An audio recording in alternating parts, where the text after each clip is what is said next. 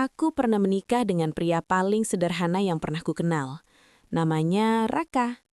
Saat kami menikah, ia hanya bekerja sebagai pegawai lepas di sebuah bengkel kecil. Setiap pagi, ia berangkat dengan motor tua, pulang membawa senyum dan bau oli. Aku mencintainya bukan karena hartanya, karena memang kami tidak punya apa-apa. Namun pernikahan tidak selalu seindah cinta. Tekanan hidup, cicilan, dan komentar keluargaku perlahan meretakkan hubungan kami. Aku sering menyalahkannya karena tak kunjung berhasil. "Kamu tidak punya ambisi," kataku suatu malam. Raka hanya diam. Matanya redup seperti menyimpan sesuatu yang tak pernah ia ceritakan. Akhirnya kami bercerai. Tak ada drama, tak ada rebutan harta karena memang tidak ada yang bisa diperebutkan. Ia pergi hanya membawa satu koper dan senyum pahit. Hari itu, aku yakin satu hal. Hidupku akan lebih baik tanpa Raka. Aku salah besar. 3 tahun kemudian, hidupku justru terpuruk. Usaha kecilku bangkrut, pernikahan keduaku gagal, dan aku terpaksa bekerja sebagai karyawan biasa. Suatu hari, atasanku mengajakku menghadiri sebuah acara peluncuran perusahaan besar di ibu kota. Dan di sanalah aku melihatnya. Seorang pria berjas hitam dikelilingi wartawan dan pengawal. Wajahnya dewasa, tatapannya tenang, dan terlalu familiar. Itu Raka. Di layar besar terpampang tulisan, CEO and Founder Raka Wijaya Group. Nilai perusahaannya triliunan rupiah. Dunia seakan berhenti berputar. Aku mencari tahu segalanya. Ternyata, selama menikah denganku, Raka sedang membangun bisnis teknologi secara diam-diam. Ia menyamar hidup sederhana karena trauma masa lalu. Ia ingin dicintai tanpa embel-embel harta. Dan aku gagal menjadi orang yang ia harapkan. Kamu bertemu lagi secara tak sengaja di sebuah lift hotel. "Kamu bahagia?" tanyanya pelan. Aku menelan ludah. Tidak sepenuhnya. Ia menyembur bukan dengan kesombongan, tapi dengan ketenangan seseorang yang sudah berdamai dengan masa lalu. Aku juga pernah hancur, tapi kamu adalah bagian dari prosesku. Tak ada ajakan rujuk, tak ada balas dendam, hanya kenyataan pahit yang harus kuterima. Aku pernah meninggalkan seorang pria hebat, sebelum dunia tahu siapa dia sebenarnya. Sejak hari itu aku belajar satu hal penting, kesabaran dan potensi seseorang tak selalu terlihat saat ini, dan penyesalan sering datang ketika semuanya sudah terlambat. Aku mencoba melanjutkan hidup seolah pertemuan itu tak pernah terjadi, tapi nama Raka Wijaya terus muncul di mana-mana. Berita bisnis, media sosial, bahkan obrolan kantor. Mantan suamiku kini disebut sebagai visioner muda paling berpengaruh di Asia. Lalu sebuah amplop hitam tiba di mejaku. Undangan gala dinner Raka Wijaya Group. Dress code formal. Tamu kehormatan, investor dan mitra strategis. Namaku tercetak jelas di sana. Tanganku gemetar. Aku tahu ini bukan kebetulan. Malam itu gedung hotel mewah berkilauan. Aku datang dengan gaun sederhana, merasa kecil di antara orang-orang berkelas. Saat Raka naik ke panggung, tepuk tangan membahana. Ia berdiri tegap, bukan lagi pria bengkel yang dulu sering kupandang rendah. Pidatonya singkat, sampai satu kalimat itu keluar. Kesuksesan ini lahir dari kegagalan, dari seseorang yang pernah meragukanku dan meninggalkanku. Sorot matanya mengarah ke satu titik, ke arahku. Ruangan hening, nafasku tercekat. Setelah acara, asistennya menghampiriku.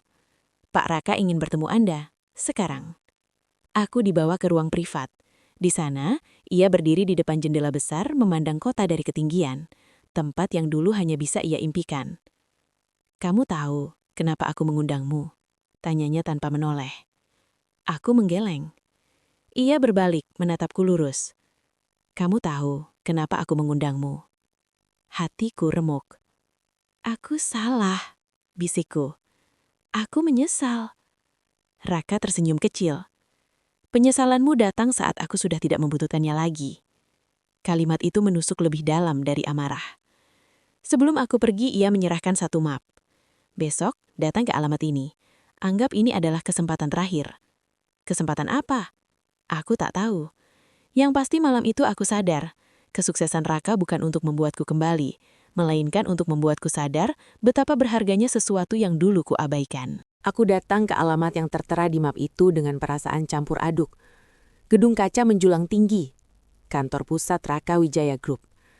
Aku menelan ludah sebelum melangkah masuk. Resepsionis tersenyum profesional. "Nama Anda?" "Maya," jawabku pelan.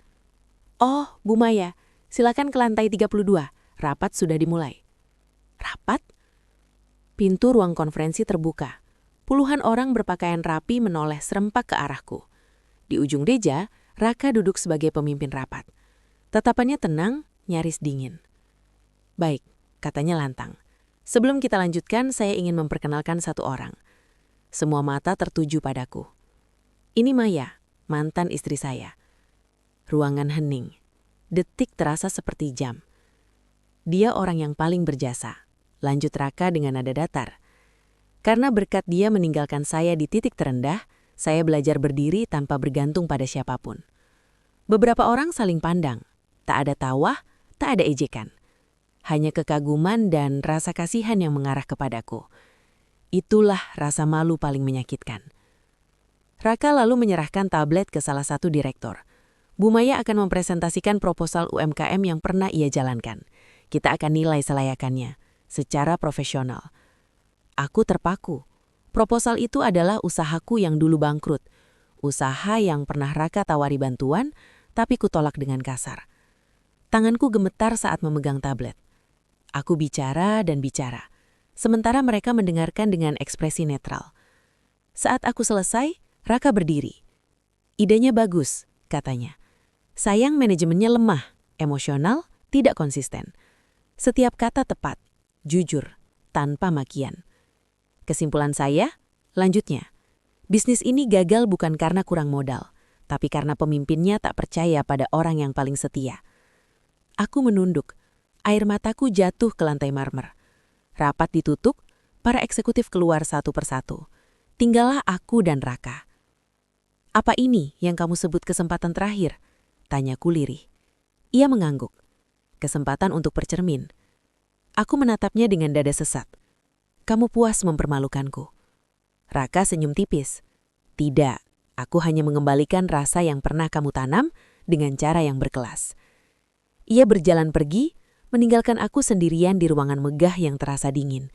Dan saat itulah aku sadar, balas dendam paling kejam bukanlah teriakan atau hinaan, melainkan kebenaran yang diucapkan tanpa emosi. Aku keluar dari gedung itu dengan langkah gontai, tapi satu hal berubah dalam diriku.